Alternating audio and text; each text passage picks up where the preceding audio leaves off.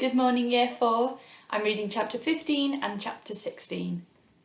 Bean's Secret Cider Cellar. Mr. Fox examined the wall carefully.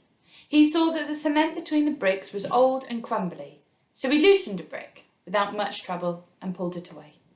Suddenly, out from the hole where the brick had been, there popped a small, sharp face with whiskers. "Go away," it snapped.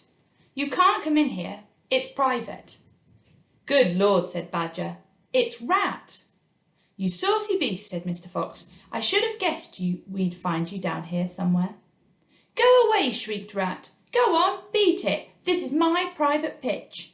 "Shut up," said Mr. Fox. "I will not shut up," shrieked Rat. "This is my place. I got here first." Mr. Fox gave a brilliant smile, flashing his white teeth. "My dear Rat," he said softly, "I am a hungry fellow, and if you don't hop down quickly, I shall eat you up in one gulp." That did it. Rat popped back fast out of sight. Mr. Fox laughed and began pulling more bricks out of the wall. When he had made a big-ish hole, he crept through it. Badger and the smallest fox followed him. They found themselves in the vast, damp, gloomy cellar. "This is it," cried Mr. Fox. "This is what?" said Badger. "The place is empty." "Where are the turkeys?" asked the smallest fox, staring in the gloom. "I thought Bean was the turkey man." "He is a turkey man," said Mr. Fox, "but we're not after turkeys now. We've got plenty of food." "Then what do we need, Dad?" "Take a good look around," said Mr. Fox. "Don't you see anything that interests you?" Badger and the smallest fox peered into the half-darkness as their eyes became accustomed to the gloom. They began to see what looked like a whole lot of big glass jars standing upon shelves round the walls. They went closer. They were jars. There were hundreds of them, and upon each one was written the word cider. The smallest fox leaped in the air. "Oh, Dad," he cried out, "look what we've found. It's cider." "Exactly," said Mr. Fox. "Tremendous," said Badger. "Mr. Bean's secret cider cellar," said Mr. Fox. "But go carefully, my dears. Don't want to make a noise. This cellar is right underneath the farmhouse itself." "Cider," said Badger, "is especially good for badgers. We take it as medicine, one large glass 3 times a day with meals and another time at bedtime." "It will make the feast into a banquet," said Mr. Fox. While they were talking, the smallest fox had sneaked a jar off the shelf and taken a big gulp. "Wow!" he gasped. "Wow-wee!" You must understand this was not the ordinary weak fizzy cider one buys in a store. This was real stuff, home-brewed, fiery liquor that burned your throat and boiled your stomach. "Ah!" gasped the smallest fox. "This is some cider." "That's quite enough of that," said Mr. Fox, grabbing the jar, putting it to his own lips, took a tremendous gulp. "Oh, it's miraculous," he whispered, fighting for breath. "It's fabulous, it's beautiful." "My turn," said Badger, taking the jar and tilting his head back.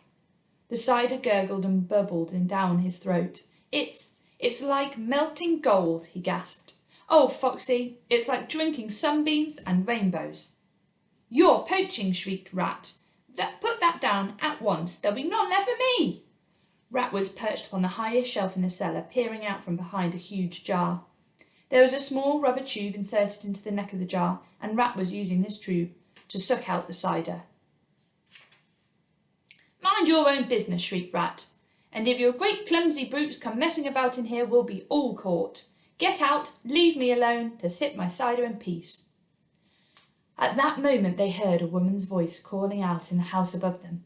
"Hurry up and get that cider, Mabel," the voice called. "You'll know Mr. Bean doesn't like to be kept waiting, especially when he's been out all night in a tent." The animals froze. They stayed absolutely still. Their ears pricked, their bodies tensed. Then they heard the sound of the door being opened. The door was at the top of the flight of stone steps leading down from the house to the cellar. And now someone was starting to come down those steps. "Quick," said Mr. Fox. "Hide!" He and Badger and the smallest fox jumped up onto the shelf and crouched behind a row of big cider jars. Peering around the jars, they saw a huge woman coming down from the cellar. At the foot of the steps, the woman paused, looking to left and right. Then she turned and headed straight for the place where Mr. Fox and Badger and the smallest fox were hiding. She stopped right in front of them. The only thing between her and them was a row of cider jars. She was so close Mr. Fox could hear the sound of her breathing. Peeping through the crack between the two bottles, he noticed that she was carrying a big rolling pin in one hand.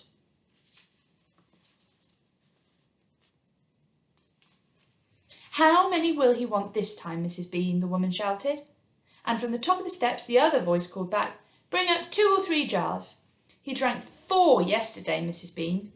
"Yes, but he won't want that many today because he's going to be up there for a few hours longer.